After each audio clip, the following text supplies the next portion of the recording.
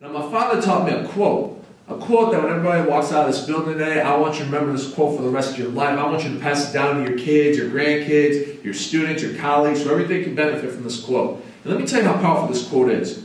In November 2012, the day before Thanksgiving, I spoke at a middle school, Bath Middle School in Bath, Michigan. Bath is about 15 minutes north of my hometown in Okemos, Michigan. Very small town community. So there's about 300 kids in the school. 2 weeks later, I come home, and I had this big old package of thank you letters in my mailbox. It was thank you letters from all the students at the school. So I went through every single letter, but there's only one letter that stood out to me the most. Because in this letter, this student shared something with me I thought a student would never tell me.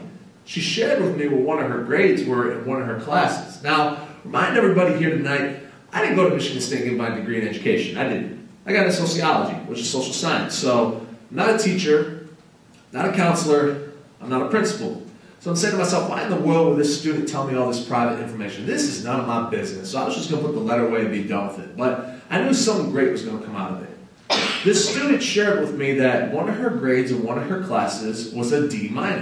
But she then told me she used my father's quote for motivation and inspiration to work harder, not just in school, but to work harder out there in her life. And in 2 weeks, because of this quote, and more importantly, because of all the students' hard work, that D- grade went to a solid B in 2 weeks.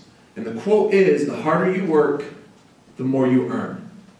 The harder you work, the more you earn. And that quote, I promise, it is as true as it could get. Because my father taught me that quote helped me graduate from my high school and people told me I would barely do it. That quote helped me earn 2 full-ride scholarships for college basketball and people told me I will never be an athlete. That quote, in my opinion, helped me graduate from one of the toughest universities in our state. And a group of doctors and professionals told my family not only would I never graduate from college, but I have absolutely no chance of stepping foot on a college campus anywhere in this country.